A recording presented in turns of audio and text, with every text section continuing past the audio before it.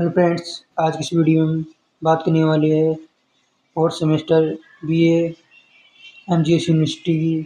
आपका fourth semester political science का exam आने वाला है, तो पॉलिटिकल साइंस की बात करने वाले हैं। इनकी पीडीएफ आपको टेलीग्राम पे मिल जाएगी और आंसर भी चाहिए तो कमेंट कर देना। आंसर भी आपको टेलीग्राम प्रोवाइड किए जाएंगे। तो चलिए शुरू करते हैं अपनी क्वेश्चन नंबर 1 से। ये क्वेश्चन आपके एग्ज़ाम के लिए बहुत इंपॉर्टेंट है, इनको ज़रूर याद करके जाना। 1919 के भारत शासन अधिनियम की दो प्रमुख विशेषता लिखिए। माउंटी चेम्सफोर्ड सुधार की दो प्रमुख विशेषताएं लिखना है आपको। आपका पहला क्वेश्चन है, ये यूनिट 1 के क्वेश्चन दिए जा रहे हैं आपको। इम्पोर्टेंट क्वेश्चन 2 नंबर के 8 नंबर के दिए जा रहे हैं। आप इनको इम्पोर्टेंट कर लेना और याद करना इनको, बिल्कुल आपके एग्ज़ाम में आने वाले हैं। और इसके बाद दूसरा क्वेश्चन है, संविधान सभा के गठन और उसके समक्ष आए प्रमुख दृष्टिकोणों का संक्षिप्त वर्णन कीजिए। तीसरा क्वेश्चन है, भारतीय संविधान की प्रस्तावना में प्रयुक्त संप्रभु समाजवादी धर्मनिरपेक्ष लोकतांत्रिक गणराज्य शब्दों का अर्थ स्पष्ट कीजिए। 1919 के माल्य मिंटो सुधार की दो कमियों को रेखांकित कीजिए। ये दोनों क्वेश्चन आपके एग्जाम में छप चुके हैं, आपको देखने को मिलेंगे। इसके बाद चलते हैं अपने नेक्स्ट क्वेश्चन पर। इसी यूनिट का आपको लॉन्ग क्वेश्चन बताया जा रहा है। यहाँ पर आपको लॉन्ग क्वेश्चन भी दिए जा रहे हैं 2। इसके बाद है 1935 के भारत शासन अधिनियम प्रमुख प्रावधानों की विस्तृत व्याख्या कीजिए। भारतीय संविधान पर इसके प्रभावों का मूल्यांकन कीजिए।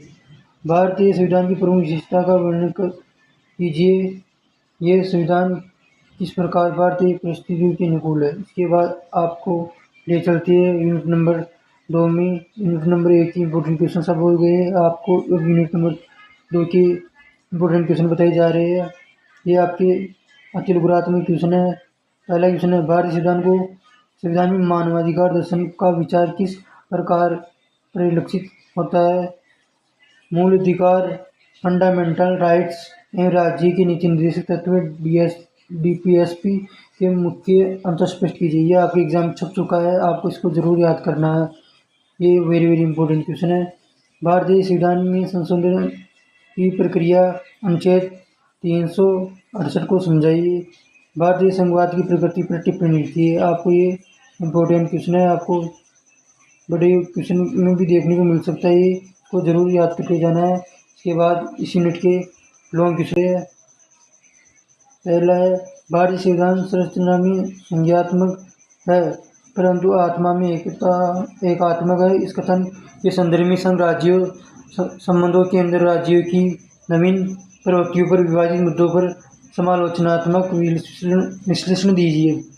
मौलिक अधिकारों की मुख्य श्रेणियों का प्रेक्षण कीजिए। संविधान में वर्णित नीति निर्देशक तत्वों का स्पष्ट कीजिए। इसके बाद चलते हैं आपको यूनिट नंबर 3 की ओर लेकर। आप यूनिट नंबर 3 है, इसके अंदर भी आपको वही पैटर्न फॉलो किया गया है। इंपॉर्टेंट क्वेश्चन दिए गए हैं 2 लॉन्ग और 4 इंपॉर्टेंट क्वेश्चन दिए गए आपको शॉर्ट।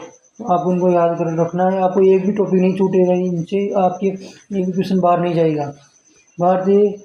भारत में संसदीय व्यवस्था की कार्यप्रणाली को समझाइए। इसके बाद अपना दूसरा क्वेश्चन है, भारत के राष्ट्रपति की आपातकालीन शक्तियों अनुच्छेद 352, 356, 360 का संक्षिप्त विवरण दीजिए। इसको आप ही को इम्पोर्टेंट कर लेना है, आपके एग्जाम में छप चुका है, इसे ज़रूर पढ़कर जाना है, आपको इसको नहीं छोड़ना है। इसके बाद नेक्स्ट क्वेश्चन है, सर्वोच्च न्यायालय सुप्रीम कोर्ट के अधिकारों क्षेत्र और क्षेत्राधिकार का वर्णन कीजिए। ये भी इम्पोर्टेंट है। न्यायिक पुनरावलोकन से आप क्या समझते हैं।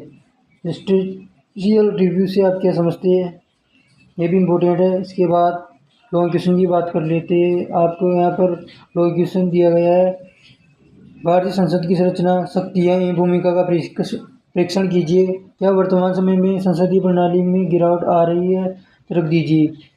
उच्च न्यायालय के न्यायिक पुनरावलोकन एवं न्यायिक सक्रियता के सिद्धांत का भारतीय राजनीतिक व्यवस्था के संदर्भ में विस्तृत मूल्यांकन कीजिए।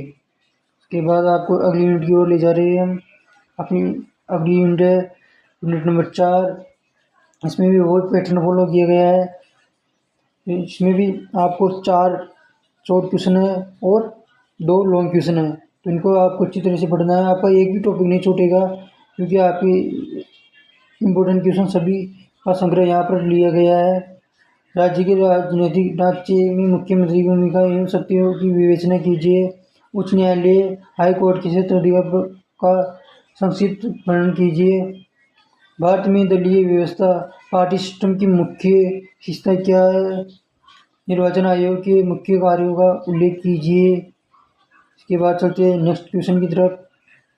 अपना नेक्स्ट क्वेश्चन है, राज्य राजनीति में राज्यपाल की पद, उसकी स्थिति, विवेकाधीन शक्तियों का समालोचन परीक्षण कीजिए। आपके लिए इम्पोर्टेंट है, इसको जरूर पढ़ के जाना है आपको। इसके बाद चलते हैं नेक्स्ट क्वेश्चन की तरफ। नेक्स्ट क्वेश्चन है, भारत में गठबंधन सरकारों के दौर और निर्वाचन प्रक्रिया में आवश्यक चुनाव सुधारों पर एक संक्षिप्त विस्तृत निबंध लिखिए। तो आपकी एग्ज़ाम छप चुका है, इसको इम्पोर्टेंट कर लेना। इसका आंसर भी आपको याद करना है, जो आपको टेलीग्राम पर प्रोवाइड किया जाएगा। आपको आंसर भी चाहिए तो टेलीग्राम पर, तो आपको इसके लिए कमेंट करना होगा। ये आंसर भी चाहिए तो आपके लिए आंसर भी आपको प्रोवाइड किया जाएगा। इसके बाद आपको ये चलते हैं नेक्स्ट यूनिट की ओर।